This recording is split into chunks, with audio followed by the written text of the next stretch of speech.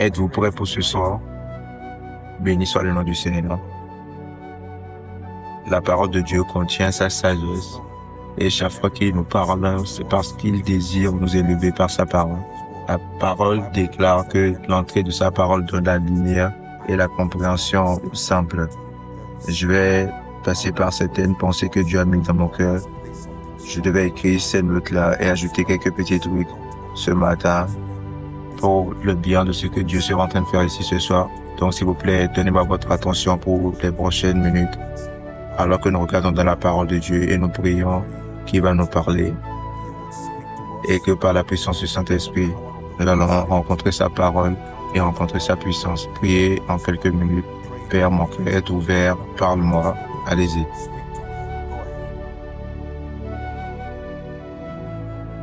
Parle-moi par ta parole.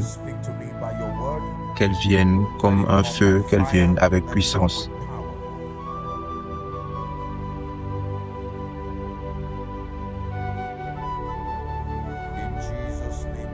Dans le nom de Jésus-Christ, nous avons prié. Il y a beaucoup de concepts dans le royaume qui ont transformé ma vie. J'ai appris quelques petits trucs dans ma marche avec Dieu. Et dans un autre pas particulier, il y a beaucoup de concepts de royaume qui ont changé ma vie. Par exemple, la valeur des rencontres. Les rencontres ont changé ma vie. J'ai appris la valeur dans les rencontres et la valeur qu'il y a dans le fait de rencontrer le Dieu de la Bible, dans autre chose comme la loi de l'honneur, et ça a changé ma vie remarquablement. J'ai appris la puissance de la diligence et ça a transformé ma vie remarquablement.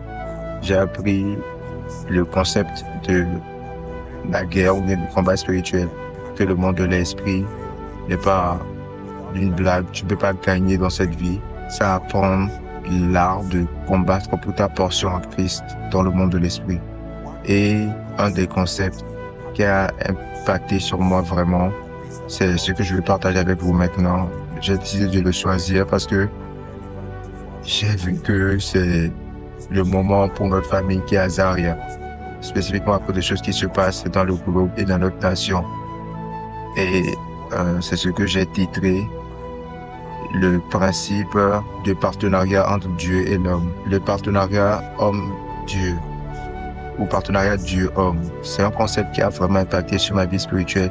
Venir à la connaissance que pour que ta destinée soit actualisée et pour que les desseins de Dieu soient établis dans n'importe quelle vie, n'importe quel territoire, cette règle-là de Dieu et l'homme en partenariat doit être maintenue à tout moment. Quiconque qui compromet sur cette compréhension-là ou cette approche à la vie a déjà souscrit pour être un perdant. Alléluia. Béni soit le nom du Seigneur. Mais laissez-moi vous donner un préambule rapide. J'ai écrit quelque chose ici. J'ai dit que la destinée prophétique de tout croyant, peu importe à quel point c'est spectaculaire, et à la miséricorde du type et de la qualité d'entraînement que il ou elle reçoit.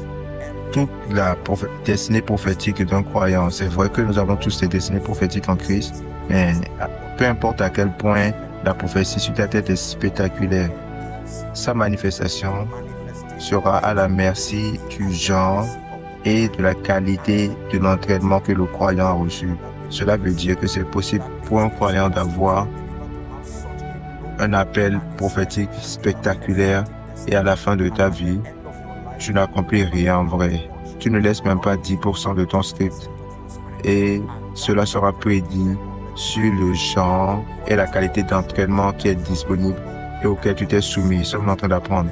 Donc quand vous voyez qu'il y a certaines personnes qui émergent grands, comme des champions, comme des personnes exceptionnelles dans le royaume, comparé à d'autres personnes qui demeurent des échecs dans la vie, ça ne veut pas forcément dire que un avait une prophétie unique comparé à l'autre, non.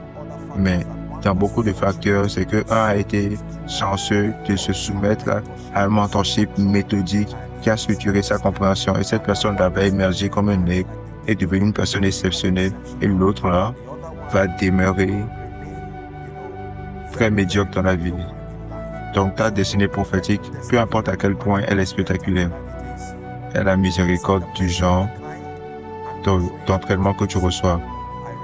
Je me rappelle d'une déclaration que j'ai faite, je crois, à Abuja, que connaître le désir de Dieu et l'ordination de Dieu pour ta vie C'est comme recevoir une lettre d'admission. Je crois que c'est le mot que j'ai utilisé. Quand tu viens en Christ, la connaissance de ce que Dieu veut faire avec ta vie, c'est comme un enfant ou un étudiant qui reçoit une admission d'une école. Donc voilà, quand c'est le cas pour un étudiant, ça veut juste dire qu'il a le potentiel de faire ce cursus scolaire-là. Ça ne garantit pas qu'il va apprendre, ça ne garantit pas que le système va le bénéficier ou qu'il va même être diplômé. Donc une lettre d'admission, c'est juste une déclaration que ton entrée dans un collège est autorisée.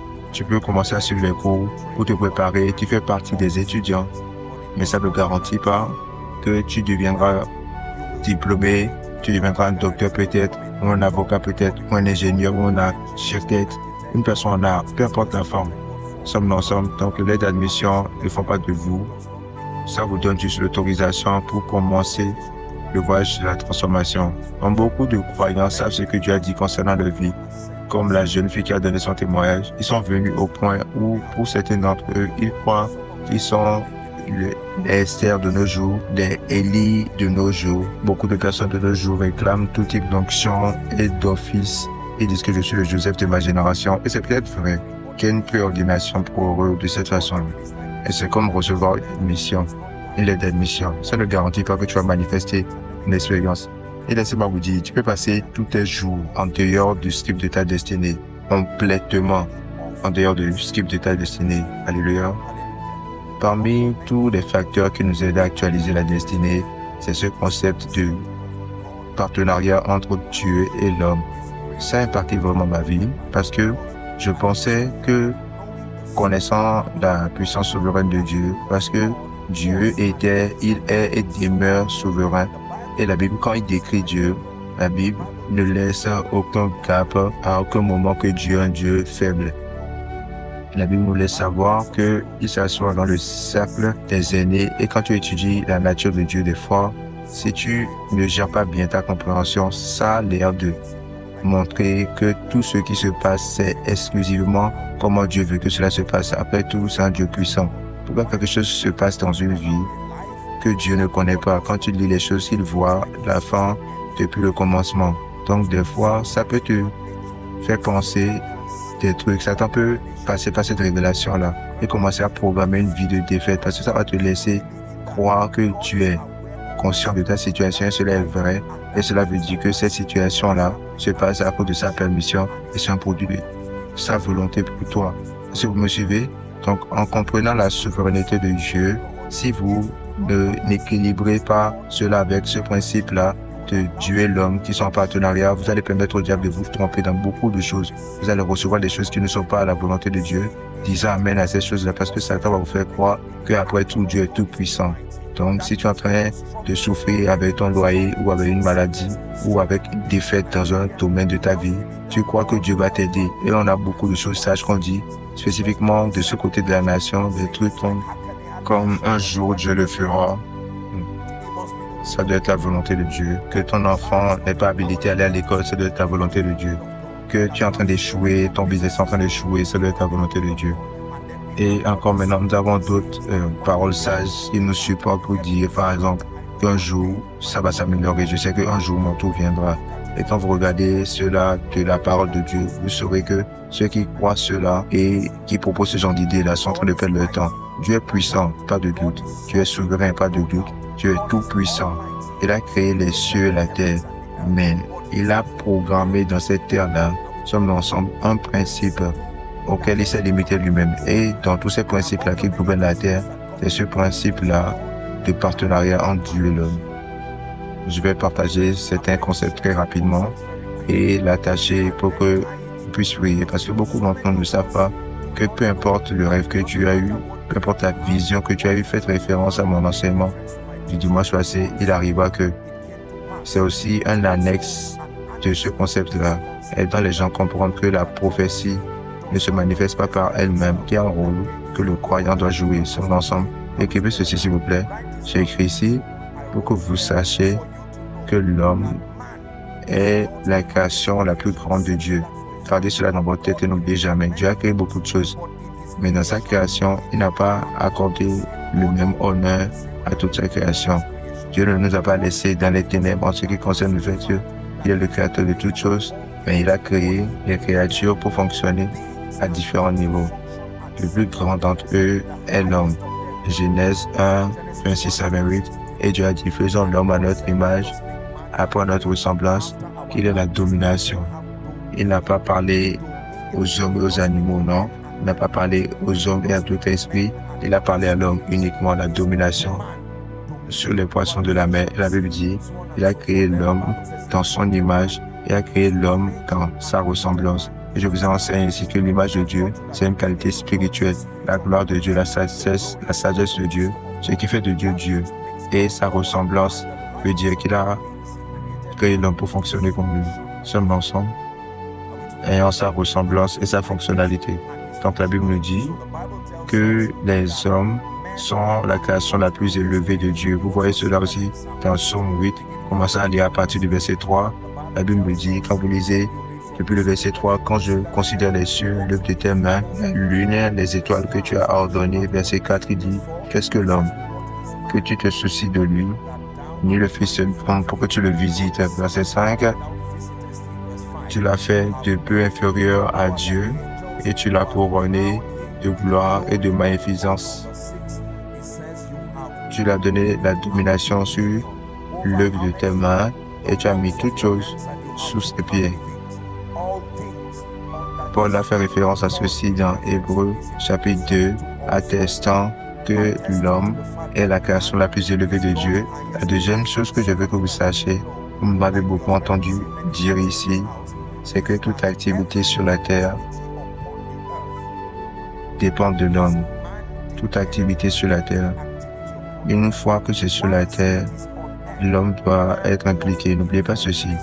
Toute activité sur la terre, que ce soit bien ou mauvais, des promotions, ça dépend de l'homme. Les percées, ça dépend de l'homme. La prospérité, ça dépend de l'homme. La croissance spirituelle des croyants dans le cosmos, ça dépend des hommes. Est-ce que quelqu'un est en train d'apprendre? Chaque activité sur la terre, derrière la destruction de tout homme, sont des esprits en partenariat avec les hommes. Derrière l'élévation de tout homme sont des esprits ou le Saint-Esprit dans ce cas, en partenariat avec des hommes. Nous sommes ensemble. En ce qui concerne les affaires de la terre, l'homme doit être une partie active de cette équation-là. Je ne peux pas retirer l'homme de l'équation des affaires sur la terre et cela, ça marche. Même notre rédemption, dans beaucoup de cas, dépend des hommes. Il y a des hommes qui ont joué des rôles. De Joseph à Marie, à Simeon le prophète, à Anna la prophétesse, à Joseph d'Arimathée, à Simon de Cyrène. Donc, même aux disciples qui sont devenus des apôtres maintenant, c'est impossible de faire quoi que ce soit sur la terre. Si Dieu veut te faire prospérer dans la terre, il y a un rôle que l'homme doit jouer. Si Satan veut t'attaquer sur la terre, il y a un rôle que un homme doit jouer. Si la prophétie doit s'accomplir dans ta vie sur la terre, il y a un rôle que l'homme doit jouer sur l'ensemble. Donc, chaque activité sur la terre dépend des hommes. Donc, Psaume 115, verset 16 dit que les cieux des cieux appartiennent à l'Éternel, il dit, mais la terre l'a-t-il donnée au Fils de l'homme. Un concept très puissant. 1. L'homme est le zénith de la création de Dieu. Numéro 2. Toute activité sur la terre dépend des hommes. Alléluia. Donc ce soir, c'est un service de miracle. Beaucoup d'entre vous sont rassemblés. Vous êtes venus pour rencontrer Dieu. Mais il va vous visiter à travers des hommes. Nous sommes ensemble. Il va vous visiter à travers des hommes. Ce n'est pas aujourd'hui qu'il a décidé de vous visiter. Nous sommes ensemble. Quand cette équation-là est équilibrée, un verseau disponible qui est soumis à Dieu et Dieu qui est tout le temps disposé, ça produit un miracle. La condition de l'homme, il n'y avait pas de prophétie qui devait rester là pendant 38 ans. Son problème n'était pas que je n'ai pas de Dieu. Son problème n'était pas que je n'ai pas d'ange. Il y avait un esprit, mais il n'y avait pas d'homme pour l'aider. Celui qui avait l'homme là, en partenariat avec un esprit, dans cette forme-là, l'ange, avait une percée. Je n'ai aucun homme, il avait dit. Jean 5, verset 7, je n'ai aucun homme. Quand l'eau est secouée pour me mettre dans la piscine, je sais là où la réponse est. Je vois l'ange quand il fait secouer l'eau, mais je n'ai aucun homme. Dans Ézéchiel, chapitre 37, nous voyons le Saint-Esprit là, mais voulant faire la résurrection de la nation de Israël. Dans cette vision-là, des os asséchés. L'esprit de Dieu était là, mais il était limité. Mais quand il a trouvé un homme, il devait porter l'homme là dans l'esprit. C'était un homme, mais il était dans l'esprit. Et quand il est arrivé à l'esprit, il a dit, prophétise, je te donnerai les mots. Mais toi, en tant qu'homme, la personne autorisée sur la terre parle et il dit, j'ai prophétisé comme j'ai reçu la commande et il y a eu un son. Le son n'est pas venu parce que le Saint-Esprit a parlé. Le son a commencé quand l'homme a parlé. Est-ce que quelqu'un apprend? Ceci est très important. Dieu désire révéler à l'Église des choses qui vont arriver après. Aussi puissant que Dieu est, il est incapacité. C'est ce qui puisse trouver un homme qu'on appelle Jean. Jean a dit que j'étais dans l'esprit au jour du Seigneur. Banni sur l'île de Patmos quand Dieu pouvait trouver un homme. Jean était ramené dans l'esprit. Il a dit, pour ces paroles, écris-les parce qu'elles sont fidèles et vraies. Tu les vois, mais ramène-les comme des hommes et documente-les. On les appelle aujourd'hui le livre d'Apocalypse. Toute activité sur la terre. Si vous savez, il y a des prières que vous n'allez pas prier. Vos prières seront longues, mais pas remplies de beaucoup de mots, parce que vous savez déjà ce qui amène à quoi. Sommes ensemble. Beaucoup des choses que vous demandez à Dieu maintenant. Au lieu de demander ces choses-là, demandez à Dieu les hommes. Priez pour les hommes va vous donner plus de résultats que prier pour des choses. Parce que les choses que tu désires sont connectées aux hommes. Père, je fais confiance pour une promotion. Mais si Dieu touche le cœur d'un homme, cette prière peut être répondue pourvue en 1 minute. Tu es en train d'apprendre des activités sur la terre dépendent des hommes. Quoi que ce soit, peu importe. Est-ce que vous remarquez que quand Satan veut détruire une famille, un territoire, il demeure sans aide. Tous les esprits sont là. L'esprit de la jalousie ne peut pas fonctionner jusqu'à ce qu'il y ait un homme à travers qui cela fonctionne. L'esprit d'envie ne peut pas fonctionner jusqu'à ce qu'il y ait un homme par lequel ça se manifeste. Tout type d'esprits sont là. Savez-vous que quand se retrouve dans un cas où il n'y a pas d'hommes, les esprits seront sans puissance. La base de l'opération, c'est la présence des hommes. C'est pourquoi ils désirent les hommes.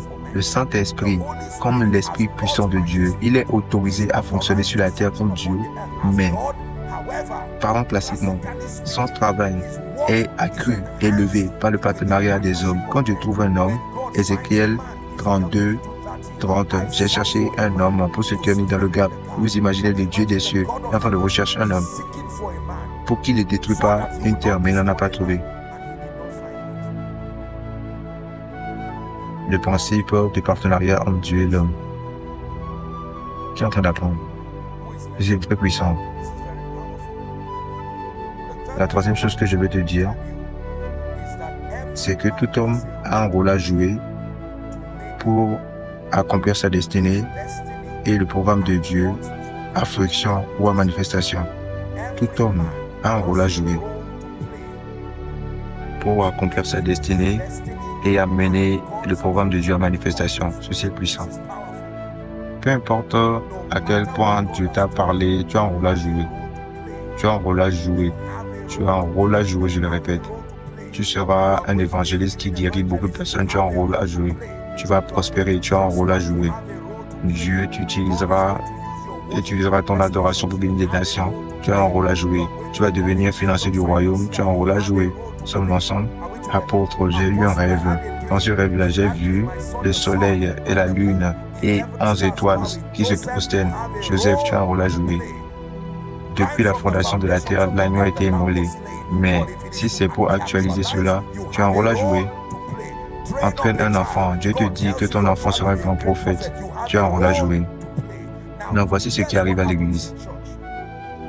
À cause de la mauvaise compréhension des concepts comme la grâce de Dieu, la mauvaise compréhension des concepts comme la faveur, la mauvaise compréhension des concepts comme la souveraineté de Dieu et le concept prédéterminé de Dieu, beaucoup de croyants laissent les responsabilités qu'ils ont à faire pour vivre dans le royaume et continuent à souhaiter les choses, prophétiser les trucs qui ne s'accomplissent jamais.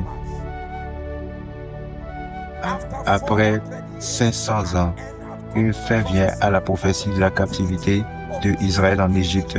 Vous allez penser que magiquement, vous voyez, quand vous voyez Dieu parler de cette délivrance-là, vous allez penser que un homme n'a pas joué de rôle dedans. Il a séparé la mer avec le souffle de Sennacherib. Mais n'oubliez pas, les hommes auraient pu mourir là. Il a dit à Moïse, pourquoi tu pleures devant moi? Mon souffle est là, je veux le séparer, mais j'ai besoin d'un homme. Va dire au peuple qu'ils avancent. Quand Daniel était à Babylone en captivité, il a dit, moi Daniel, j'ai compris par les livres, par la prophétie, cela lui a été révélé, que la captivité du peuple de Dieu en Babylone est venue à sa fin. Mais savez-vous que aussi bien que cette prophétie était là, rien n'est arrivé. C'est ce qui se donne lui-même à la prière. Il a commencé à intercéder. Le moment où il a intercédé, un message a quitté les cieux à travers l'ange Gabriel pour l'amener ce message. Mais la Bible nous dit que sur son chemin en venant, il a été arrêté par le prince de Perse. Et il a continué à prier. Un homme est en train de prier. Vous pouvez imaginer à quel point Dieu est puissant. Et pourtant, la réponse n'est pas venue jusqu'à 21 jours. Et quand Gabriel est venu, il a dit, tu ne sais pas ce qui arrivait dans les cieux. Je suis venu te donner cette réponse-là et la compréhension de ces choses-là. Uniquement Dieu sait combien de choses basées sur le calendrier de Dieu devaient arriver dans votre vie maintenant. Et dans ma vie maintenant. C'est une des raisons pour lesquelles vous êtes rassemblés ici. Dieu veut me bénir, mais il viendra me rencontrer dans ma chambre. Non, monsieur. Dans l'esprit, la distance n'est pas une barrière, mais la proximité n'est pas juste un avantage. C'est une preuve de responsabilité. Sommes-nous ensemble? C'est une preuve de responsabilité, je vous le dis. Vous entendez que Jésus-Christ est dans la ville, vous nous fait une croisade, vous demeurez dans votre chambre. Comme une personne qui est paralytique, il va passer par là et vous allez demeurer dans votre situation. Mais vous pouvez trouver des gens qui vont détruire le toit, vous faites descendre. Donc vous avez annoncé votre guérison. Sommes-nous ensemble maintenant? Donc il y a beaucoup de croyants qui ne savent pas que ce n'est pas juste dépendamment de Dieu, les situations. Donc, apôtre, Dieu m'a dit que je suis dans les jours de sa puissance. Moi, ce que tu es en train de faire à propos de cela. Montre-moi ta participation à cela. Apôtre, Dieu m'a dit que je prospérerai. Qu'est-ce que tu es en train de faire maintenant? Écoutez ce que les croyants disent. La bêtise. Je vais dire peut-être la mauvaise compréhension de ce qu'on appelle attendre le Seigneur. Attendre le Seigneur. Laissez-moi vous dire ce que attendre le Seigneur veut dire, ce que ce n'est pas. Il y a ce qu'on appelle l'attente de la foi. Sommes-nous ensemble? Abraham a cru en Dieu en espérant. Et pendant qu'il croyait en Dieu, il ne croisait pas ses bras. Il y avait des choses qu'il faisait. Vous attendez le ministère. Laissez-moi voir les livres que vous lisez. Laissez-moi voir la façon dont vous entraînez votre mentalité. Laissez-moi voir votre investissement journalier dans la prière, dans la parole. Nous sommes ensemble. Laissez-moi voir la façon dont vous survivez aux conditions négatives que vous avez sans naira. Au lieu d'acheter les cheveux, vous achetez des livres. Vous êtes en train de semer dans l'esprit. La Bible dit que tout homme est infirmé et il y a des records dans l'esprit. Donc chaque jour, il y a un registre qu'on marque pour toi. Le jour où ton nuage est rempli de pluie, ça commence à se renverser sur la terre. C'est aussi simple que ça. Les hommes ont compris quel point ils sont puissants, que maintenant même, ils ont manipulé la géographie. Ça ne se passe pas beaucoup ici, mais savez-vous que il y a beaucoup de parties dans le monde entier où ils peuvent causer la pluie. Donc dans le monde, il n'y a pas de saisons de pluie et des saisons de sécheresse, non. La saison pluvieuse vient quand il veut. C'est la puissance que Dieu a donnée à l'homme. Parce qu'ils ont trouvé que, aussi abstrait que les conditions climatiques sont, à un niveau micro, ils peuvent manipuler cela. Il y a ce qu'on appelle l'hydroponique dans l'agriculture maintenant. Tu aurais pu croire qu'on peut faire grandir des légumes et des patates sans les faire toucher sur la terre. Parce qu'ils ont extrait ce qui est dans la terre qui le fait grandir. Ça fait ce n'est pas le sable. Le sable porte quelque chose. Ils ont extrait cette chose-là du sable et ça pousse toujours en dehors du sol. Dans la tête de la semence-là, c'est toujours dans la terre. Mais ce n'est pas le cas physiquement. Est-ce que quelqu'un apprend? Je vous montre ce qui arrive quand l'homme comprend ce que Dieu a mis en lui. Mon cher peuple, laissez-moi vous dire quelque chose. Vos 10 ans vont toujours ressembler à aujourd'hui si vous ne savez pas que c'est un principe de partenariat entre Dieu et l'homme qui définit votre vie. Il y a des gens qui seront guéris bientôt. Il y a des gens qui seront délivrés bientôt. Savez-vous pourquoi? Parce que Dieu est venu et vous êtes venus. N'oubliez jamais ceci. Dieu est venu et vous êtes venus. Si Dieu est venu ici et ne vous a pas trouvé, il est toujours fidèle à sa parole. Il va retourner sachant qu'il a honoré sa parole. À Dieu sera le rassemblement de son peuple. Ils sont son peuple. Il dit que là où deux ou trois sont rassemblés en mon nom, ils doivent croire et je suis là dans leur milieu. Qui en va l'apprendre? Notre monde, comme longtemps, a croisé ses bras dans les responsabilités, attendant que Dieu fasse tout pour nous. Nous ne faisons pas d'action. Un jeune homme croit en Dieu pour un emploi et tout ce qu'il fait, c'est prier uniquement. Aussi bien que la prière est, ce n'est pas la seule clé pour un emploi. Quand tu as fini de prier, tu te lèves comme si que tu crois que Dieu a répondu à ta prière et tu fais un pas de foi. Ce que tu dois avoir dans ce lieu de la prière, c'est la sagesse et la faveur. Tu prouves que cela est venu sur toi en faisant des pas pour au moins déposer ton CV quelque part. Est-ce que quelqu'un apprend ce que je dis maintenant? Une jeune fille te dit que je veux faire un business, je veux nourrir des rois. Elle n'a jamais fait d'entraînement quelque part. Ce que ta mère t'a enseigné, c'est ce que tu connais faire. Et aussi bien que cela est, tu ne peux pas dépasser un niveau avec ça. Et montre-moi celui qui ira sur Internet, au lieu de rester là à faire des commérages, elle est en train de chercher comment devenir professionnel dans le domaine culinaire. Tu dois faire un cours, ce cours-là c'est 20 000 $ et c'est là où Dieu vient. Ça, ce n'est pas ton affaire à toi. Chaque fois où tu vois des choses qui te dépassent, reste en dehors de là. Ça, c'est pas ta partie de l'équation. Tu n'es pas seul. Apprenez ce principe-là. Donc, vous n'avez pas peur. 20 000 $. Tout ce que ton père t'a donné, c'est 10 000 naira. Qui t'a dit que ton père, c'est ton seul père? Il est le premier que tu connais, mais pas le seul. Est-ce que quelqu'un est en train d'apprendre? Et vous cherchez cela. Donc, ça va coûter 20 000 $ pour que je devienne grand chef. Qu'est-ce que tu fais? Tu écris cela. C'est dans ma destinée de devenir un chef du royaume. J'aurai besoin de 20 000 $. Sommes ensemble. Trouve une écriture. Qu'est-ce que Dieu a dit qui peut s'acclimater à cela? Oh, je viens dans le volume de ce livre-là pour faire ta volonté. Tu écris cela. Malgré que ton commencement est petit, ta fin sera grande. Tu écris cela. Je vais libérer les seins des rois pour ton bien. Tu l'écris, tu dois le coller sur un mur, tu le colles. Et maintenant, tu commences à le tuer. Il y a un enseignement ou un cours pour 5 000 naira. Commence avec cela. Ne t'assois pas en rêvant pour dire que dans le nom de Jésus-Christ, non. C'est ton but, les 20 000 $, mais tu commences là où tu es. Il a dit à Abraham, de là où tu es, pas de là où tu iras, de là où tu es. Tu es en train d'apprendre. Lève tes yeux. Et là où tu es, Abraham, lève tes yeux. Il y a des gens qui veulent faire de grandes croisades, mais ils ne viendront jamais pour un service miracle comme ça pour être inspirés. Si j'étais vous, si je fais confiance en Dieu pour porter une onction évangélistique et apostolique, je viens pour une rencontre comme ça, je ne vais pas m'asseoir, non. Il y a des choses que je veux voir, je vais aller dehors pour m'asseoir. Je veux voir la vue parce que je suis en train de faire ma créativité. Je ne veux pas que quelqu'un me connaisse comme un grand homme. Je cherche quelque chose, je vais m'asseoir derrière. Et pendant que tu regardes, tu vois des possibilités. Ce que Dieu peut faire avec un homme, comment les gens se sont rassemblés. Tu donnes des excuses que personne ne vient à ton programme Azaria. Tu es en train de voir maintenant que c'est un moment change. Ta capacité à attirer les gens spirituellement est trop petite. C'est pourquoi tu ne peux pas attirer les gens. Sommes ensemble maintenant. Maintenant tu repars, maintenant tu vois que voilà. Quand un aimant n'est pas assez fort, ça ne peut pas attirer beaucoup. La Bible dit que là où il y a les carcasses, là les aides vont se rassembler. Croyez ce que je vous dis. Tu dis que personne ne veut te favoriser. Ce n'est pas vrai. Je suis venu ici hier, avant-hier. Et beaucoup de départements ont pris des semences et me donner. C'est toujours dans ma maison. Que vais-je faire avec? Ils vous ont vu, vous ont laissé. Ne dites pas qu'il n'y a pas d'argent. Il n'y a pas d'argent pour vous. Mais sous un certain climat, une atmosphère, des hommes peuvent vous favoriser. Je veux que vous croyez cela. Enlevez toutes ces excuses-là. Il y a un principe pour que tuer les hommes. Tout le monde répond à votre personne en fonction du climat que vous portez. Croyez ce que je vous enseigne. Tout le monde vous répond. Comparé au climat que vous portez. Vous pensez que c'est juste que parce que je suis un homme de Dieu? Non, monsieur. Les gens qui me bénissent aujourd'hui étaient sur la terre pendant que je souffrais. Ils étaient sur la terre. Qu'est-ce qui a changé? Pas eux. Qu'est-ce qui a changé?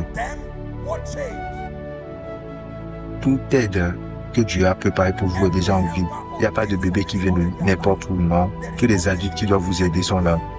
Mais quand vous apprenez que votre destinée dépend de Dieu et dépend de vous, si vous poussez votre destinée seul, vous faites confiance à vous-même pour accomplir votre destinée, cela c'est négatif.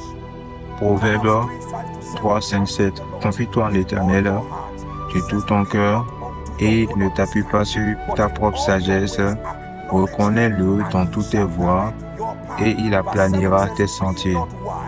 Verset 7 dit, ne sois point sage à tes propres yeux. Donc, la suffisance en soi-même. Mais il dit, crains l'Éternel et détourne-toi du mal. Donc, vous ne vous faites pas confiance à vous-même, mais vous ne croisez pas vos bras pour dire Dieu, tu es mon Dieu, fais tout ce que tu veux faire. Non, ça a l'air très puissant, mais il y a un rôle à jouer. Quand il avait besoin de faire sortir Lazare, laissez-moi vous montrer comment sortir toute chose d'un lieu qui se cache, un lieu de manifestation. Clé numéro 1, il a dit aux hommes, pour rouler la pierre. Il ne l'a pas fait lui-même. Il a dit, je vais faire la déclaration, tu ne peux pas le faire, mais rouler la pierre. Ils ont roulé la pierre et il a crié, Lazare, sort. Et Lazare est sorti. Et la Bible dit qu'il est sorti, mais il était attaché dans les vêtements de tombe. Jésus n'a pas détaché Lazare. Il a dit aux gens encore, détachez-le, laissez-le partir. Donc le principe entre Dieu et l'homme. Une fois, il a vu quelqu'un qui est né aveugle. La Bible a dit qu'il a craché dans la terre et l'a mis dans ses yeux. Il a dit, monsieur, aussi aveugle que tu es, tu n'auras pas un miracle si tu te mets là. Trouve ton chemin pour aller à une piscine qu'on appelle Silo. Quand Dieu dit, trouve ton chemin, il a créé ton chemin déjà pour aller là-bas. C'est comme ça que sa parole est. Si Dieu dit, bâtis une maison, ne dis pas comment vais-je bâtir la maison. S'il dit, bâtis une maison, il y a déjà un ingénieur dans la prophétie. Il y a déjà une aide de destinée dans la prophétie. Votre travail à vous, c'est de croire d'abord. Laissez-moi vous dire ceci. Rien sans la foi n'est accessible. Rien. Peu importe ce que c'est. Vous ne pouvez pas le permettre sans la foi. La destinée, rien sans la foi est trop cher pour vous. Quoi que ce soit sans la foi est trop cher pour vous. J'espère que quelqu'un est en train d'apprendre.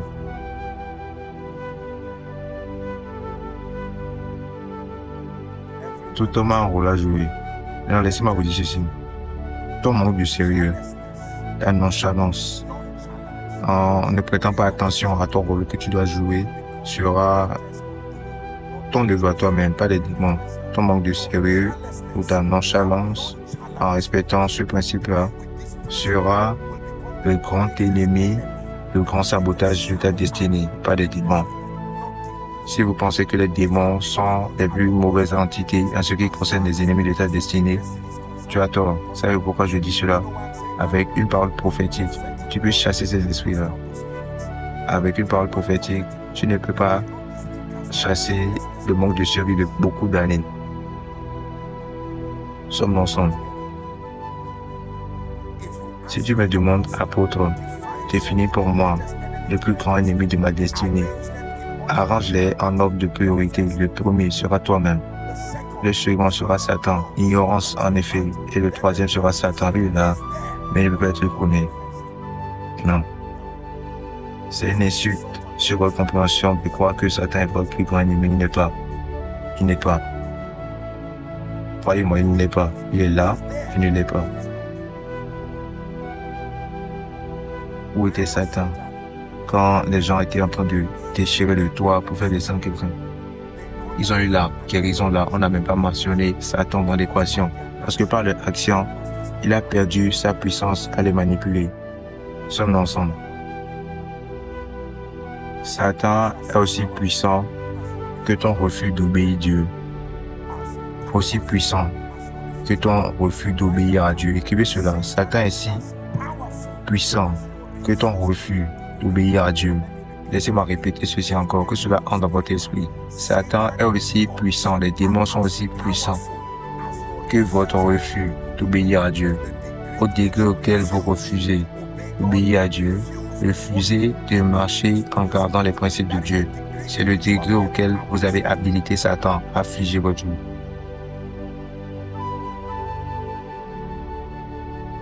Alléluia. Apôtre, je veux un changement d'histoire. Montre-moi les pas que tu fais. J'attends le Seigneur. Je sais que Dieu le fera. Ce Dieu que j'ai, mon frère, laisse-moi te conseiller sans te faire perdre le temps. Tu vas perdre ton temps et programmer des douleurs dans ton cœur, je te le dis. Mais Dieu va m'élever. Montre-moi ce que tu es en train de faire pour cela. Je suis en train d'étudier la vie de ceux qui l'ont élevé. Ça, c'est bien. Je vois le principe de Dieu et l'homme en partenariat à l'œuvre là. J'honore la vie de ceux qui l'ont élevé. J'étudie dans les Écritures comment il élève les hommes en attendant mon élévation. Donc, quand il dit tous les jours de mes jours à pointer, je vais attendre. Non, il n'est pas en train de dire que je vais perdre du temps. Non. Je vous dis, votre manque de sérieux, votre nonchalance, c'est ce qui habilite Satan et les esprits démoniaques. Je vous le dis. N'oubliez jamais. Votre participation active, ayant cette conscience que le programme de Dieu pour votre vie, le programme de Dieu pour ma vie, le programme de Dieu pour ma famille, sommes ensemble, le programme de Dieu pour ma destinée dépend de Dieu et dépend de moi. Et cette orientation-là, et gardez cela derrière votre tête. Chaque fois que vous entendez Dieu dire, je veux faire quelque chose, voilà ce que vous devez entendre. Je cherche l'homme qui va se tenir avec moi pour faire cela. Il peut le faire sans vous, mais il a designé un système qui incorpore l'homme, qui est en train d'apprendre. Donc si Dieu dit, je vais te faire prospérer, ne dis juste pas Amen. Amen, c'est le premier pas, mais pas le seul pas. Tous les Amen que tu vas crier maintenant ce soir, ne le crie pas uniquement d'un point de vue irresponsable, non. Il y a des Amen irresponsables, ce qui veut dire Dieu, je ne veux rien faire. Toi, fais tout seulement. Dieu va changer ton enfant, Amen. Et tu t'arrêtes là, non, tu seras déçu. Dieu va te donner un emploi, Amen. Et rien n'arrive. Que cela soit comme si tu passais la vitesse numéro 1 d'une voiture. Quand tu passes la vitesse numéro 1, tu n'arrêtes pas de conduire. La vitesse numéro 1 veut dire que tu commences à conduire. Tu ne contrôles pas les mécaniques. Mais quand tu commences à mettre la vitesse numéro 1, tu commences à bouger. Voilà. Et il y a d'autres vitesses encore. Alléluia, montre-moi un croyant qui a reçu une prophétie. Peu importe à quel point c'est précis. Je vois que ton septembre est glorieux. Je te vois recevoir le don d'une maison. Et assumons que c'est vrai. Je vous dis, vous serez surpris dans beaucoup d'endroits que cet homme va passer. Et c'est un peu comme si Dieu dormait, mais il a envie. Il est en train de te voir violer ses lois. Il t'aime tellement, mais il est limité par l'intégrité de sa parole, parce qu'il a élevé sa parole au-dessus de son nom. Qui est en train d'apprendre maintenant. Donc, jetez de côté cette phrase-là. Un jour, cela va s'améliorer. Immédiatement. Si tu es en train de te conforter, c'est bien. Mais si ça va arriver vraiment, c'est entre Dieu et toi. Combien de personnes vous connaissez qui ont dit qu'un jour, ça va s'améliorer et ça ne s'est jamais amélioré? Parce que si tu ne sèmes pas sur ta terre, là, quelque chose va toujours pousser. Comment on appelle ça? Les mauvaises herbes. L'agriculture décrit les mauvaises herbes comme des plantes qui ne sont pas voulues pour vous. Parce que quand le diable voit une terre qui est vide, sans semences, ça l'attire et il vient semer les mauvaises semences. Je prie pour quelqu'un. Là où tu as permis au diable de te tromper, en croisant tes bras et en permettant la voiture de ta destinée tourner en rond, au nom de Jésus-Christ, que ce soit ta nuit de rédemption, que ce soit ta nuit de salut, que ce soit ta nuit de croissance, dans le nom de Jésus-Christ. Puis-je vous dire ceci, écoutez-moi s'il vous plaît. Un jeune homme de 10 ans qui croit qu'il a été ordonné pour une vie glorieuse, et ce jeune homme-là commence à s'asseoir ici à Koinonia chaque semaine, apprenant. Ce jeune homme est en train de se préparer pour la destinée plus qu'un homme qui a 30 ans, qui accroche ses prophéties, sa maison et dort. Vous êtes aussi chanceux que votre diligence et votre obéissance. Vous êtes aussi chanceux. Je vous enseigne ici que la chance n'est pas une stratégie. Vous ne pouvez pas utiliser la chance comme une stratégie. Non, c'est impossible. Vous êtes aussi chanceux que votre diligence et votre obéissance. Sommes-nous ensemble. Béni soit le nom du Seigneur. Toute chose qui ne travaille pas dans votre vie, faites de cela un projet. Le premier niveau de connaissance que vous devez avoir, c'est apprenez à apprendre ce que vous ne connaissez pas. Apprenez-le. Il y a l'art de reconnaître ce que vous ne connaissez pas et vous commencez à l'apprendre. Il y a beaucoup d'hommes de Dieu ici que par votre ordination, vous devez être très puissant et vous n'avez même pas encore manifesté un dixième de la grâce de Dieu qui a été apportionnée pour votre vie. Savez-vous pourquoi? Parce que tout ce que vous faites, c'est souhaiter, admirer et vous estimer au-delà de ce que vous êtes. Le jour où vous vous humiliez et vous reconnaissez que c'est votre préordination ça, mais c'est là où vous êtes ça. Laissez-moi vous dire, vous vous humiliez et vous commencez à monter ces escaliers et vous commencez à faire des progrès stratégiques. Qui apprend? Il y a beaucoup d'hommes d'affaires qui pensent qu'ils sont en train de faire bien. Pensez qu'ils sont en train d'exceller. Sommes-nous ensemble? Oh, je suis un entrepreneur. Qu'est-ce que tu fais? Tu dors du matin au soir et tu regardes un documentaire. Tu penses que tu vas le faire comme ça? Va voir ceux qui ont fini de sacrifier leurs enfants et travaillent encore difficilement. Après avoir tué les enfants, ils reviennent encore. Tu as pensé qu'après tuer l'enfant, Dieu ne permet cela, mais que tout va travailler pour eux. Non, non. Allez voir les artistes séculaires. Ceux qui n'ont pas cet avantage-là du Saint-Esprit, ils se lèvent pendant la nuit, pendant que les croyants sont en train de dormir et ils sont en train d'écrire des chansons. Et ils reprennent. Ils ne sont pas fatigués parce que leur carrière dépend de cela. Mais beaucoup de croyants attendent le Saint-Esprit. Et par cela, ce qu'ils sont en train de dire, c'est que qui suis-je pour écrire un son? Le Saint-Esprit, il a dit qu'il va te donner un son dans la nuit. Prouve que tu crois qu'il vient en te levant pour prendre ta guitare, un bic, Esprit de Dieu, je suis prêt. Chaque fois où l'étudiant est prêt, l'enseignant vient. Chaque fois où l'étudiant est prêt, l'enseignant vient, qui est en train d'apprendre. Chaque fois où l'étudiant est prêt, Seigneur, parle-moi, et tu es couché sur ton lit, tu es en train de ronfler. Tu penses que le Saint-Esprit ne connaît pas la valeur de sa voix? Le Saint-Esprit n'a pas un problème de manque d'estime de soi, il connaît sa valeur. Et si tu ne mets pas de valeur sur sa parole, il ne va pas te parler parce que s'il te parle, si c'est Dieu qui te parle, la prochaine chose à faire quand il parle, c'est d'écrire cela. Si tu n'es pas prêt à écrire cela, sa voix ne viendra pas parce que sa parole est fidèle et vraie. Est-ce que quelqu'un est en train d'apprendre ce soir? Ma destinée dépend de Dieu en partenariat avec ma participation. Ma prospérité dépend de Dieu en partenariat avec ma participation. Koinonia, son excellence, dépend de Dieu en partenariat avec ma participation. Je suis en train d'apprendre maintenant. Ma joie et ma paix dépendent de Dieu. Aidez-moi en partenariat avec ma participation. À propos de ma santé, ça dépend de Dieu en partenariat avec ma participation. Si vous fumez, vous allez mourir. Point tiré. Ça, c'est votre participation. Votre négligence, c'est votre contribution à votre destruction. C'est votre contribution. Vous jetez tout type de trucs.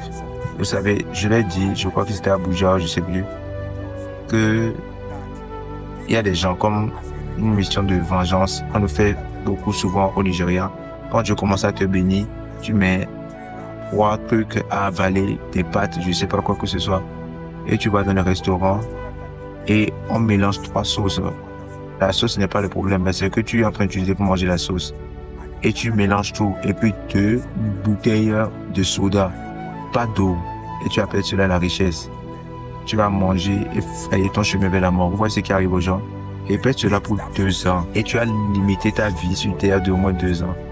Donc quand tu dis que je ne mourrai pas, ce que tu es en train de dire, c'est Seigneur, tu as parlé, mais j'obtiens cela et je commence à marcher en gardant ta parole. Nous sommes ensemble maintenant. J'ai partagé avec vous mon histoire. Plusieurs fois à la fin de l'année, je fais ma retraite et je regarde tous les aspects de ma vie.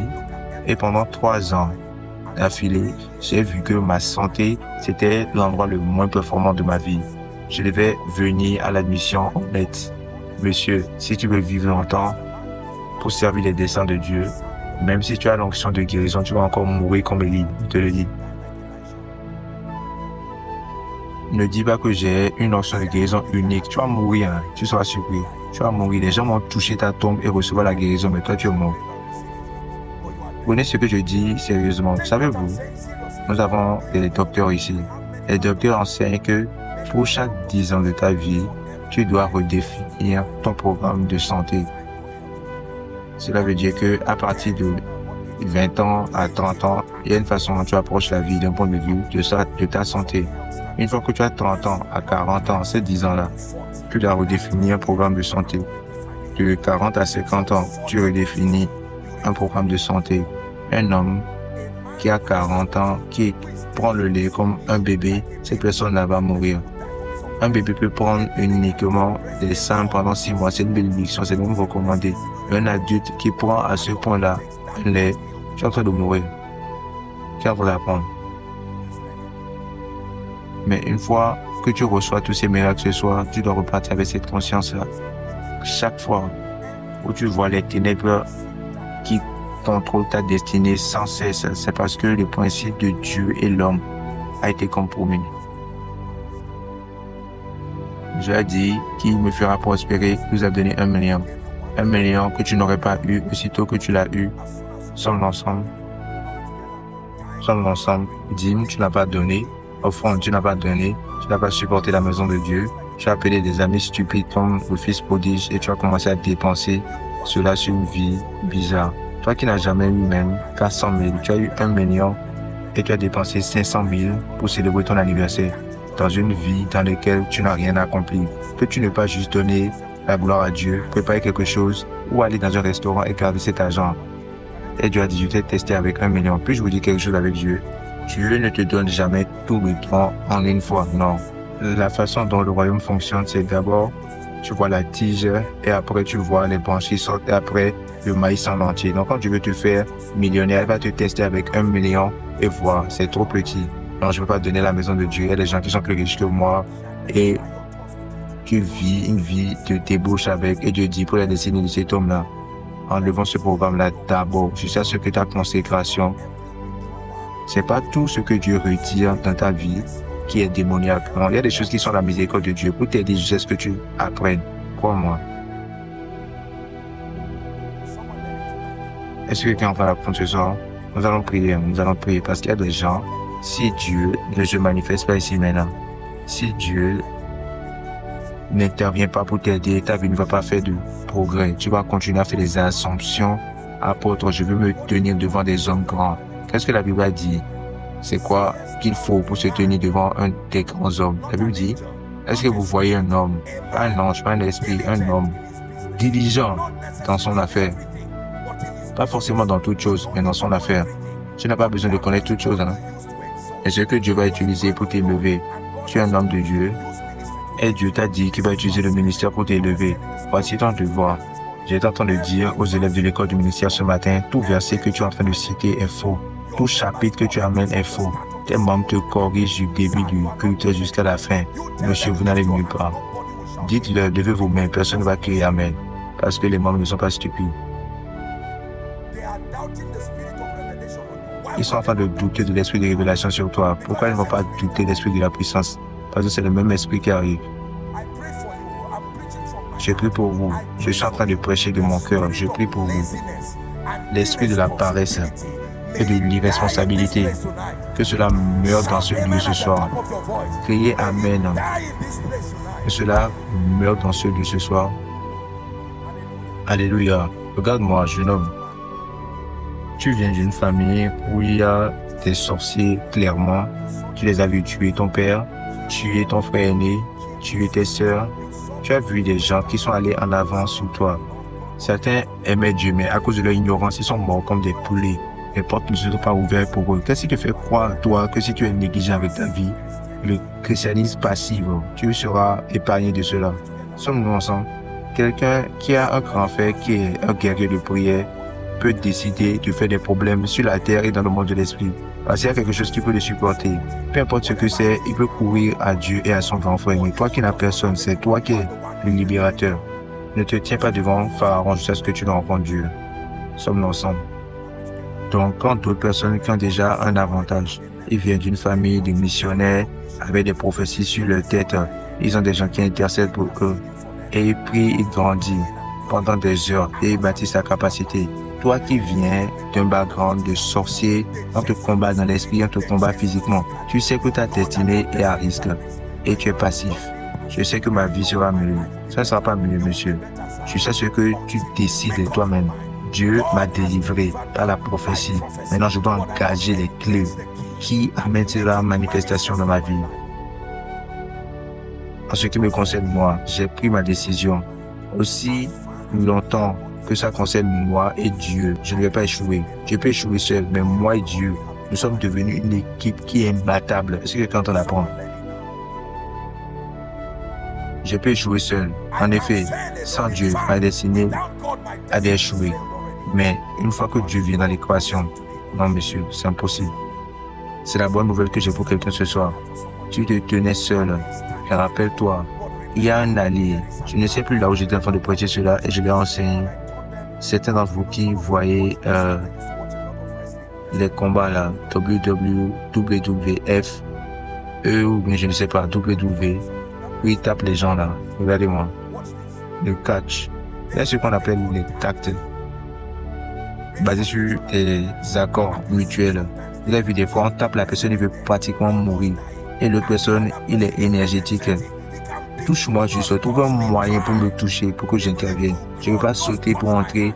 L'arbitre va me sanctionner. C'est comme ça que Dieu est. Dieu dit, cette chose-là ne devait pas être toi seul. Tu es en train de combattre seul. Qui t'a dit que tu as payé les frais de scolarité seul? Qui t'a dit? Tu n'as pas appelé les cieux pour de l'aide. Tu n'as pas appelé les voix de Dieu pour assistance. Ta vie peut être plus facile que c'est. Ce n'est pas parce que tu es Azaria, c'est parce que tu es ignorant. La bénédiction va te rencontrer n'importe où. C'est toujours la terre. Zaria, ce n'est pas une autre planète. Zaria, c'est toujours la terre. C'est toujours à l'éternel. Est-ce que tu es en train d'apprendre maintenant?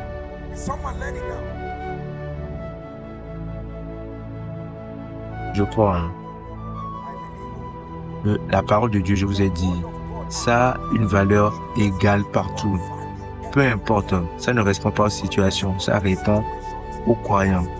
La parole de Dieu ne répond pas aux situations, ça répond aux croyants. C'est ton affaire à toi, entre toi et Dieu, qui montre dans l'environnement.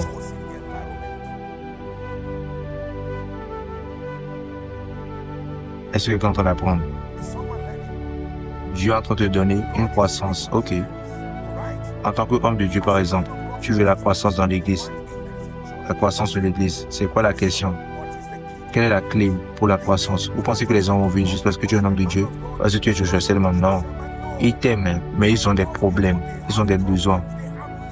C'est dans la parole. Ici, principe est devant. Ils sont la vie pour ceux qui est trop. Peu importe là où tu es. Je te dis avec toute humilité, je l'ai trouvé de nation en nation. Ça a la même valeur partout. Il n'a pas de sentiment avec la parole. Il n'a même pas le sentiment de la couleur de ta peau, qui est ton père ou qui n'est pas. C'est pas vrai. Ce n'est pas vrai, monsieur. Ce n'est pas vrai. Il a dit que tu es élevé au-delà de toutes les nations de la terre. Ces bénédictions viendront sur toi. Peu importe de là où tu es. Zaria, c'est un désavantage parce que tu l'appelles comme ça. Zaria, c'est un désavantage parce que tu le vois comme ça. Pas la miséricorde de Dieu. C'est depuis ce lieu-là ici que le Seigneur a commencé à retenir. Il n'y a pas d'excuse. Ne me donne pas une excuse que c'est parce que je suis à Zaria. Si j'étais à Lagos ou en Amérique, tu seras pire. Ici, on ne va pas t'arrêter. Là-bas, tu seras en prison. Sommes ensemble. Je suis en train de vous provoquer avant qu'on ne prie. Je veux que votre cœur soit en colère. Je veux que vous soyez désatisfait. Ma vie ne peut pas continuer comme ça. Ma vie ne peut pas continuer comme ça. Je continue à perdre du temps et à faire retarder les prophéties. Et la raison, c'est parce que je pense qu'un jour, Dieu va le faire. Mon Dieu le fera. Mon Dieu le fera. Je sais, Dieu le fera. Laissez-moi voir ce que vous êtes en train de faire. Montrez-moi vos prières. Montrez-moi vos jeux. Montrez-moi vos apprentissages. Montrez-moi votre entraînement. Montrez-moi votre soumission au mentorship. Montrez-moi votre soumission à ceux qui sont en avant sur vous. Je peux prédire votre futur sans prophétiser. Oui, monsieur. Montre-moi un homme qui est diligent dans son affaire. Montre-moi un jeune homme qui n'a pas d'argent pour manger maintenant. Il va acheter des livres et prier pendant que d'autres dorment. Il est en train de prier. Il ne va pas juste prier, il va aller chercher la connaissance. Il entend qu'il y a un entraînement ici pour bâtir la capacité. Il en ligne avec 2000 naira juste de crédit. Il va transformer cela en crédit de forfait. Écouter un message tous les jours. Aller derrière la pièce et prier. Après tes cours, tout le monde en voit, tu pries. Tu es en train d'investir, personne ne te voit, mais il y a des anges qui te voient. Il y a des démons qui te voient. Il y a un registre dans le monde de l'esprit, je te le dis, un jour viendra. Ton nuage sera rempli de pluie et ça va se libérer sur toi, sur ta mère, sur ta famille, sur tes enfants, sur ton père.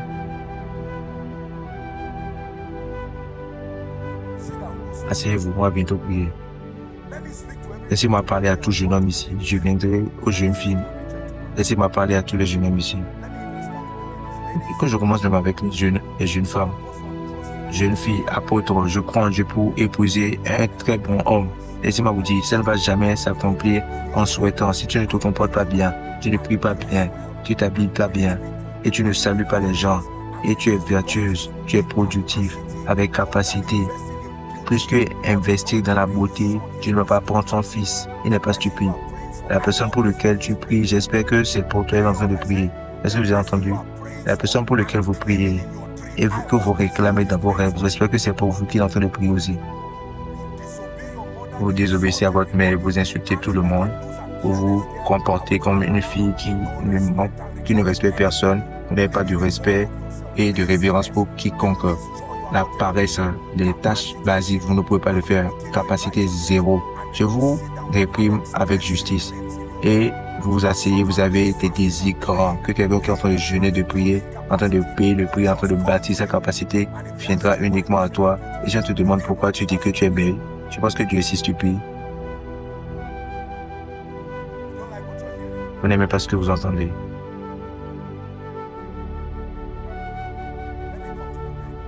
Laissez-moi venir aux hommes. Jeune homme. Jeune homme. Jeune homme.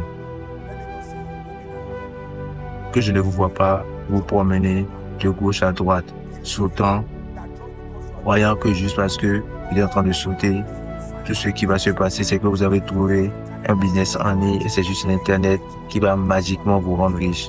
Je vous donne un conseil maintenant. Allez vous asseoir pour apprendre comment la vie fonctionne. Sinon, un jour, vous arrêtez et vous enfermez comme un jeune homme. Vous allez amener la honte à vos parents. Je vous le dis, on est une génération de personnes paresseuses. Ils croient, ils ont minimisé le vrai prix de la grandeur. Ils pensent que tout ce qu'il faut, c'est d'acheter un PC ou avoir un téléphone pour des applications quelque part qui nous donnent l'argent et magiquement, ils deviendront millionnaires. Qui vous enseigne cela? Vous avez appris cette déception-là. Nous sommes ensemble. Beaucoup de jeunes hommes, vous les voyez de gauche à droite, qui ressemblent à des voleurs. Ils ne grandissent pas, ils ne font rien. Ils volent, ils mentent, ils trompent, ils font tout type de choses dans le nom du Seigneur. Le piment, regardez-moi, laissez-moi vous enseigner quelque chose. Si c'est tout ce que je dis, écoutez-moi. Le piment, pasteur, vous voyez ce dont je parle, nous parlons de piment. Je pense que en septembre l'année passée, ça coûtait 90 000 ou quoi que ce soit. Pas décembre l'année passée, c'était à 300 000. Il y a des gens parmi vous qui avaient 1 million dans vos comptes et ça ne faisait rien. Attendant que l'argent vienne quelque part magiquement. Et quelqu'un qui n'était pas à ce point éduqué mais sérieux avec sa destinée, il a pris ces 1 million là et il a acheté 10 sacs de piment avec la prière, il a gardé cela. Et en décembre, il a doublé cela. La dignité du labeur. Au lieu de cette illusion là que beaucoup de personnes portent, quand vous voyez des personnes grandes, vous ne voyez pas ce qui arrive derrière. Ne laissez personne vous tromper. On vit dans un monde, il y a beaucoup de mensonges sur Internet. Vous devez apprendre à être diligent. Il y a la dignité dans le labeur. Nous sommes ensemble. Donc, il y a des enfants qui ont le privilège, des parents qui sont des riches. Si c'est votre cas, c'est bien. Si ce n'est pas votre cas, pliez vos manches pendant que vous priez, travaillez. Nous sommes ensemble. J'étais en train de partager avec l'école du ministère ce matin un jeune homme qui s'est mal comporté. Je l'ai réprimé et j'ai bloqué son numéro. D'habitude, je ne fais pas cela. Il m'a envoyé un numéro de compte et il a dit que je transfère 1 million ou 2 millions, je ne sais pas. Vous imaginez cela? Combien est ton salaire? C'est la façon dont les gens sont devenus irresponsables. Ils croient juste qu'ils sont attitrés pour quoi que ce soit. Ils appellent des montants qui sont plus élevés. Une personne qui n'est jamais restée dans une chambre par lui-même, qui me demande où il veut rester, il dit que je vais rester dans un tel ou tel ou quoi que ce soit. Même tes parents ne peuvent pas rester là. Toi, tu veux rester là-bas. Vous voyez ce qui est négatif dans ceci? Ceci-là, ça a bougé maintenant pour devenir un conseil de parents. Permettez-moi de le faire avant qu'on commence à prier pour les malades. Beaucoup de personnes qui ne sont pas sérieuses, tu les bénis avec l'argent, ils fuient ta personne, donne de l'argent à un jeune homme et tu vois ce qu'il fait avec. La prochaine fois, il va aller acheter des habits. Quelqu'un qui a fait utiliser un élastique pour attacher son téléphone. Demande-lui quel téléphone il veut. Il va te dire iPhone 16. Écoutez, ne lisez pas. Vous êtes sous cette onction, ne vous comportez pas comme ça. Et si vous êtes comme ça, quittez cela. Qui t'a appris cela? Que tu dois avoir un iPhone 16 pour montrer que tu es en train de réussir. Ne permettez pas aux gens de vous décevoir. Ils sont dépressifs tous les jours par leur vie de fausseté. Et ils viennent vous mentir, vous vendre un mensonge.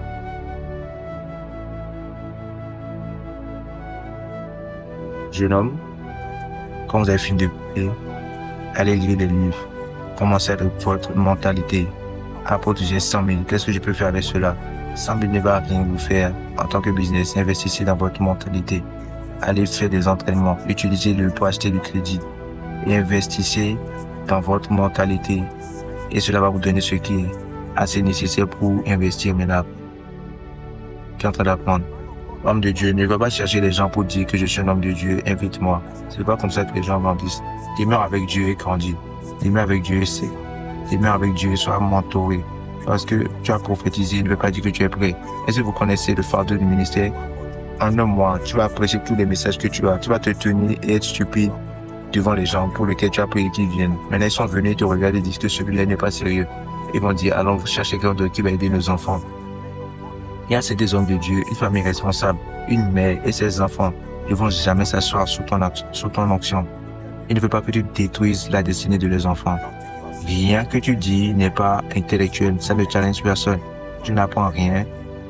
Tu es en train d'élever des gens bizarres qui sont des problèmes dans la société.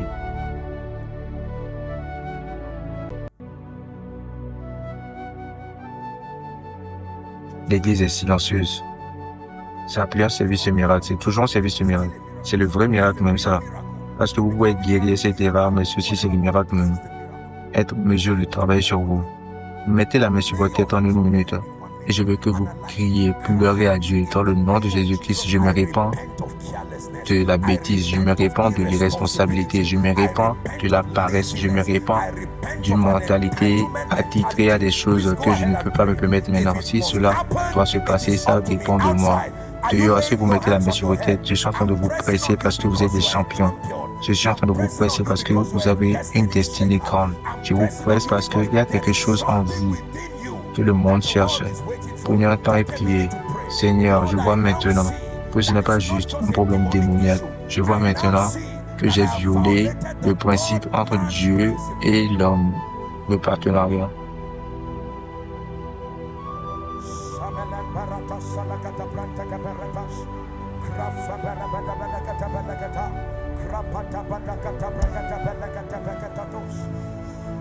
Alléluia. Béni soit le nom du Seigneur. Alléluia. Il y a des jeunes hommes aujourd'hui. Leurs parents ont plus de 50 vaches. Ils peuvent dire au père, pourquoi ne me donnes-tu pas une vache, 2 femelles, un mâle? 2 ans après, je vais te le retourner pour lui demander l'argent. Laissez-moi vous montrer quelque chose dans la vie. Ton pas d'obéissance n'est pas vraiment ce qui te récompense, c'est ce qui te qualifie pour que ta récompense vienne. Si tu connais ce secret-là, rien ne sera trop petit pour toi. Si tu peux économiser 5 000, à la fin d'un an, tu auras sauvegardé combien?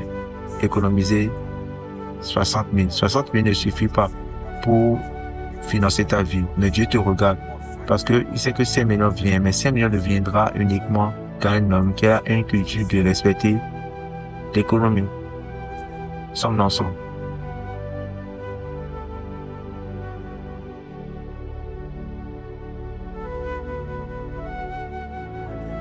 Mon cher peuple, soyez sérieux.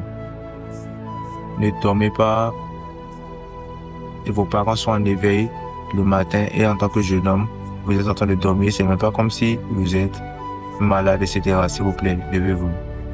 Réveillez-vous le matin tôt. Nous sommes ensemble. Réveillez-vous le matin. Si vous êtes un jeune homme ici, vous êtes marié, ne permets jamais que ta femme pleure à cause de la nourriture. Laissez-moi pas, vous hommes. Si vous êtes marié et vous élevez une famille ici, au jour où ta femme te regarde et te demande qu'est-ce qu'on va manger, et tu dis, je ne sais pas, ce jour-là, tu as une réponse à donner à Dieu. Je m'en fous de qui tu es. Nous sommes ensemble maintenant. C'est incroyable à quel point les gens sont irresponsables. Un homme croise ses bras et c'est la femme qui couche de gauche à droite faisant les enfants qui courent de gauche à droite et avec tout respect. Laissez-moi vous dire ceci.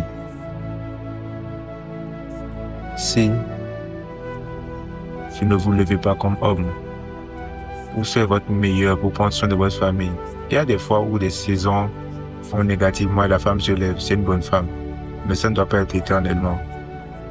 Et le rôle a été défini dans la Bible. C'est là où le mariage n'est pas par force. Maintenant que tu as décidé de te marier, fais ce qu'il faut faire, que la Bible dit.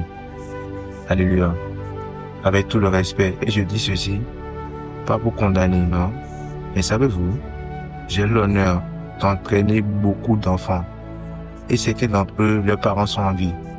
Leur père est en vie. Ils n'ont jamais demandé qui est en train de payer la scolarité de l'enfant, qui est en train de payer le loyer. Certains, j'ai commencé depuis le primaire et ils ont fini. Je n'ai jamais vu leur père. Vous voyez, Celui qui vous aime, c'est la personne qui vous presse comme ça, comme je le fais. Si je ne vous aimais pas, je vais juste crier ici, faire un service miracle. Vous allez tomber sur l'onction et après on va partir. Vous n'allez pas grandir comme ça. C'est le cœur de l'amour qui me pousse à vous dire ceci. Certains d'entre vous ne viennent pas d'une famille où on vous a discipliné. Donc l'église est la sage-femme pour enlever certains de ces excès-là.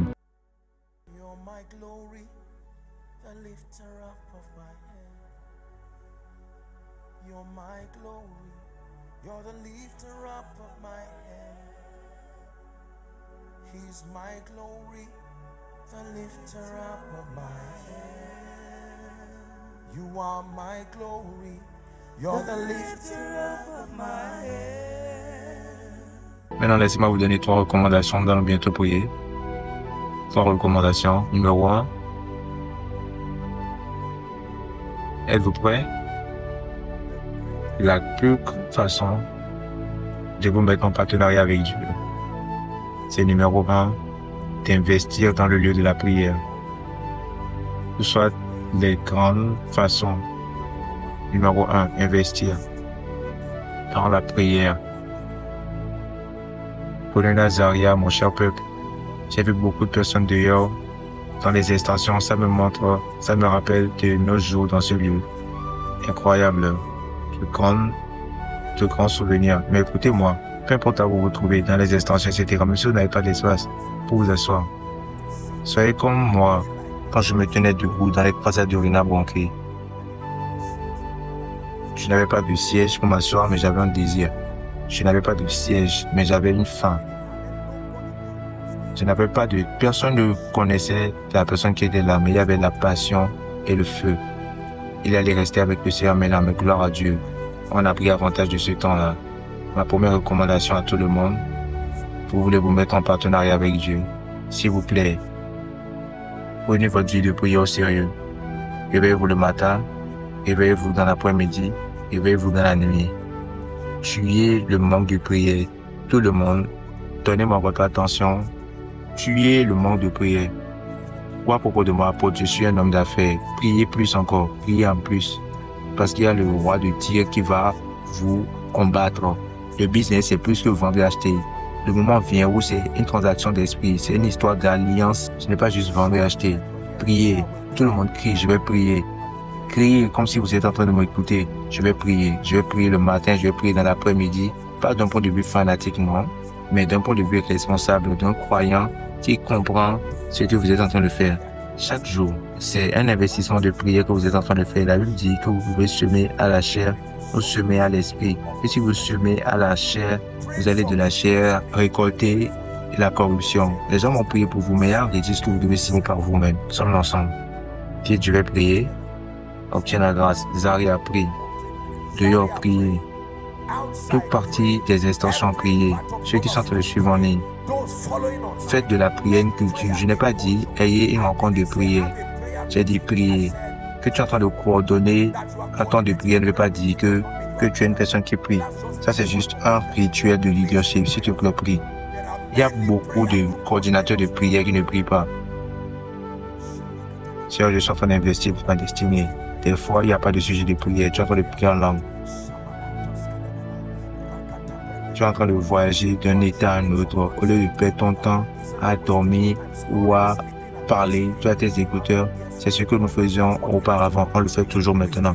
Dans le nom de Jésus-Christ, tu ne peux pas perdre 3 ans d'ici à Gombe, d'ici à Zamfara, d'ici à Lagos. Tu es en train d'écouter quelqu'un qui te ment, en train de reprogrammer beaucoup de choses que tu as entendues depuis l'année passée. Tu mets tes écouteurs dans le nom de Jésus-Christ. Quel feu est dans ton esprit? Pas le moment où tu as fini avec ton voyage de 5 heures là. Tu as reçu, tu as grandi plus que quand tu as commencé ton voyage. Le moment où tu es arrivé. Tu sais pourquoi? La destinée, c'est une fonction de temps. Tu n'auras pas toujours ce temps-là. Vous m'entendez de le dire. Jeune fille, prie maintenant avant de te marier. La réalité de la maternité ne te permettra pas de prier comme tu le veux. Pendant que tu pries, il y a un bébé qui pleure, que tu dois nourrir. Tu n'auras plus le temps.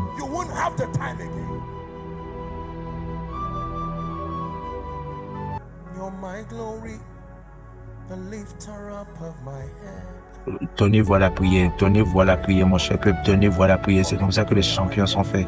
peu importe de ce que Dieu vous appelle à faire. La prière, c'est comme un chargeur universel. Ça charge toutes choses, tout type de téléphone, peu importe ce que tu vas faire avec. Priez en une minute. Pray in 1 minute.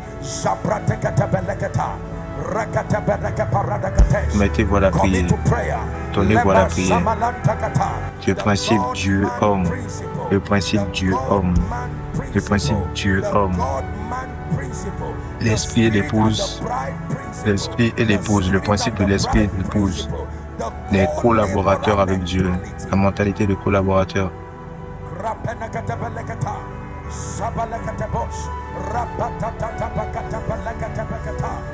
Le principe de partenariat avec Dieu et l'homme. La mentalité de collaborateur avec Dieu. Dans le nom de Jésus-Christ, nous avons prié. Numéro 2. La seconde façon de vous mettre en partenariat avec Dieu pour actualiser votre destinée, c'est de vous attacher pour être transformé. Oh, j'aurais voulu avoir le temps. J'aurais voulu avoir le temps pour gérer ceci avec vous.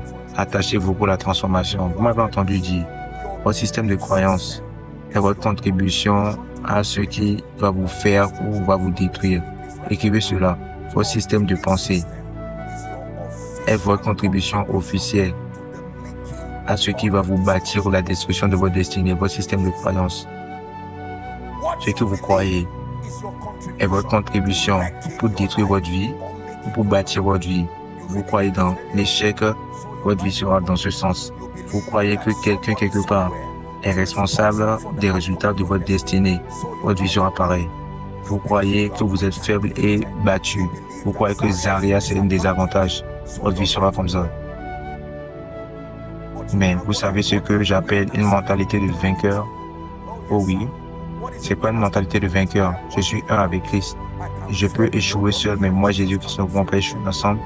C'est quoi une mentalité de vainqueur? Malgré que mon commencement est petit, ma fin sera très grande. C'est quoi une mentalité de vainqueur? Le juste tombe 7 fois, mais malgré qu'il tombe 7 fois, il s'élèvera encore.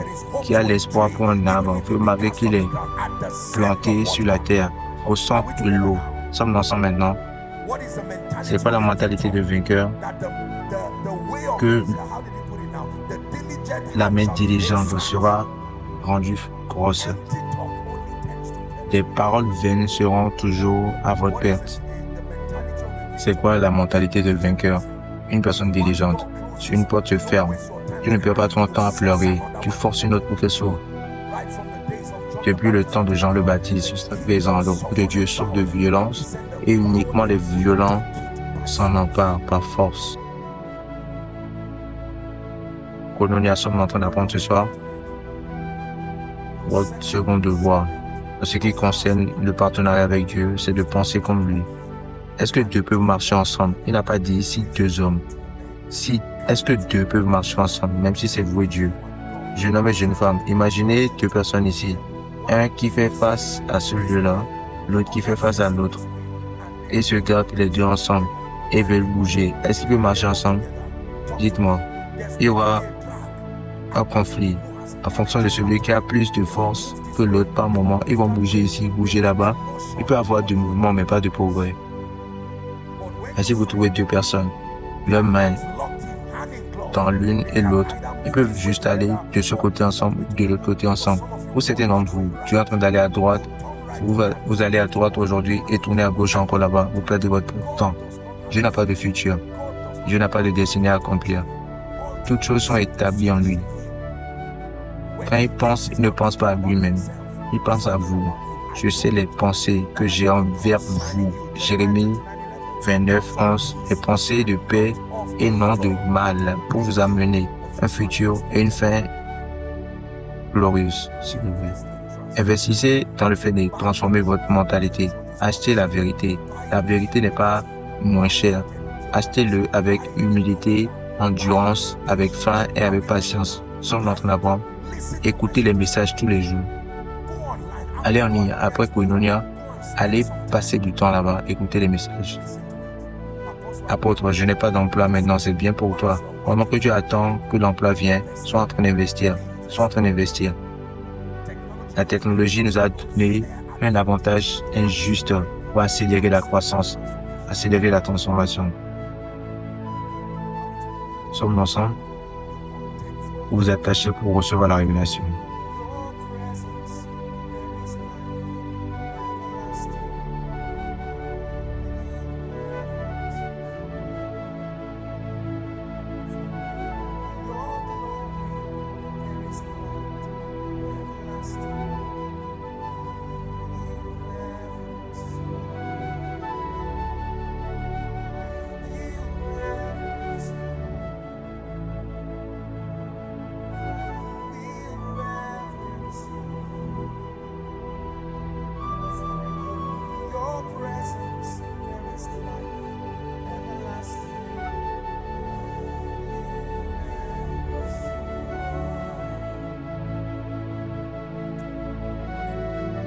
Alléluia. Laissez-moi vous donner le numéro 3. Donc 1, attachez-vous à la prière. 2, attachez-vous au ministère de transformation de la parole, au ministère de transformation du Saint-Esprit. Obtenez la connaissance, grandissez et suivez passionnément la connaissance et la transformation. Numéro 3, obtenez la grâce d'être consistant dans l'obéissance. Obtenez la grâce d'être consistant dans l'obéissance. Consistant. Consistant. Soyez consistant. Soyez consistant. Soyez consistant ou constant. Constant. Soyez diligent, soyez compétent, soyez constant dans toute chose que vous faites. Alléluia. Soyez constant. Écoutez-moi, la consistance, la personne qui travaille dur et la personne qui est constant. Celui qui est constant aura ses résultats de loin que celui qui travaille dur. Celui qui est constant, la capacité à demeurer, l'habilité à demeurer. Laissez-moi vous dire la vérité. Le jour où vous plantez n'est pas le jour où vous récoltez, mais c'est le jour où vous savez que vous pouvez commencer à compter vos jours de semences. Sommes ensemble. Du jour où le fermier commence à planter, peut commencer à compter. Est-ce que j'ai raison? Voilà. Si vous n'avez pas encore planté, vous êtes en train de compter, vous êtes en train de taper dans le vide. Commencez à compter uniquement quand vous plantez. Combien de temps il faut pour que le maïs grandisse? 3 mois. Donc, si vous plantez le maïs en mars, vous êtes souhaité quand? Dans les conditions normales, en juin. Est-ce que j'ai raison? En juin, vous savez. Le jour vient où aucun homme ne peut marcher encore. Jeune homme et jeune femme, je vous soumets ceci. C'est une signature des champions qui travaillent. Vous allez travailler. Mon père travaille, alors moi aussi je travaille. Alors je travaille. Alors je travaille. Ça peut vouloir dire votre business, faites-le avec diligence. Quoi que ce soit, vos mains trouvent. La Bible dit, la diligence est récompensée. Quoi que ce soit, vos mains trouvent. D'accord? Vous ne pouvez pas avoir un emploi maintenant. Et maintenant que vous pouvez commencer votre business de poétrie, commencez-le doucement. Ne permettez pas aux oiseaux de manger cela et après vous vous plaignez. Non, vous savez où vous devez les nourrir. Allez, faites-le. Vous êtes un jeune homme. Tu peux prendre un seau et commencer à faire le business de poisson. Il y a des gens ici. Et je suis reconnaissant qu'on a beaucoup de personnes ici. Ils ont mis en place leurs entreprises. Allez chercher le poisson, voir. Des poissons qui n'ont pas d'odeur, c'est fait avec excellence. Ils le font. L'une des grandes personnes dans le business de volaille dans cette ville-là est ici. Ici, en ce lieu maintenant. Il a commencé cela dans cette ville ici. Je l'ai honoré, l'a élevé, a étendu sa compagnie. Et tout ça, c'est un conglomérat. De ce lieu-là même, Azaria. S'il vous plaît, ne donnez pas d'excuses. Criez, je vais travailler. Criez, je vais travailler. Criez, je vais travailler. Tes amis peuvent se mettre ensemble et trouver quelqu'un qui fait un agrément pour vous travailler. Vous pouvez louer des fermes, louer des terres, des fermes et commencer à planter quelque chose. Soyez sérieux. Ayez confiance en Dieu pour un emploi. Pour certains d'entre vous, vous devez prendre un pas de foi, aller à Abuja ou à Lagos pour un week-end. Dites au Seigneur, je veux que tu ouvres une porte. Je vais là-bas pour espionner la terre, comme je l'ai fait à Zaria. Ta Bible dit que partout mes yeux voient, donc laisse mes yeux voir autre chose. Et après je reviens. J'ai vu la terre, il y a des géants là-bas. Et ce n'est pas que des géants que j'ai vu là-bas. J'ai vu le lait et j'ai vu le miel. Je sais ce que je dois faire avec les géants. Et ce miel est le lait là, ma portion, tu dois venir moi. Pour croyant cela, dit Amen. Aussi bien que j'ai dit le récit à Zaria des fois, si là où tu es ne te donne pas de profit, prends un pas de foi et va voir ce que tu es en train de faire ailleurs. Ne dis pas que je n'ai jamais voyagé pour aller nulle part depuis mon enfance. Prends un pas de foi. C'est pourquoi c'est bon d'avoir une famille de croyants. Là, quand tu vas quelque part, les croyants peuvent te protéger et ils ne vont pas te détruire, mais tu seras surpris de combien d'emplois ont ton nom dessus, mais les gens ne savent pas que tu es là. Pareil. Ne minimisez jamais votre personne. Ne dites pas que vous êtes noir, c'est pourquoi vous êtes désavantagé. Non, je suis nigérien, je suis un africain. Non, le même Seigneur est favorable pour tous. Je vous ai entendu dire ce soir, nous allons prier. Parce que pour quelqu'un, tu n'es pas juste venu entendre, tu es venu recevoir et recevoir ce miracle. Pouvons nous prendre une minute et prier et après, nous allons dans le temps de ministration. Allez-y, gardez la main de quelqu'un à votre gauche et à votre droite. Commencez à prier dans l'esprit pour 1 minute. Et prier. La mentalité de collaborateur avec Dieu. L'esprit et l'épouse. Le principe de l'esprit et l'épouse. La mentalité de collaborateur avec Dieu. Priez. Je suis un collaborateur avec Christ. J'ai un partenariat divin avec le monde de l'esprit. C'est Dieu et moi. Dans un partenariat divin bien défini. Allez-y, priez. D'ailleurs, assurez-vous de prier, tout le monde prie.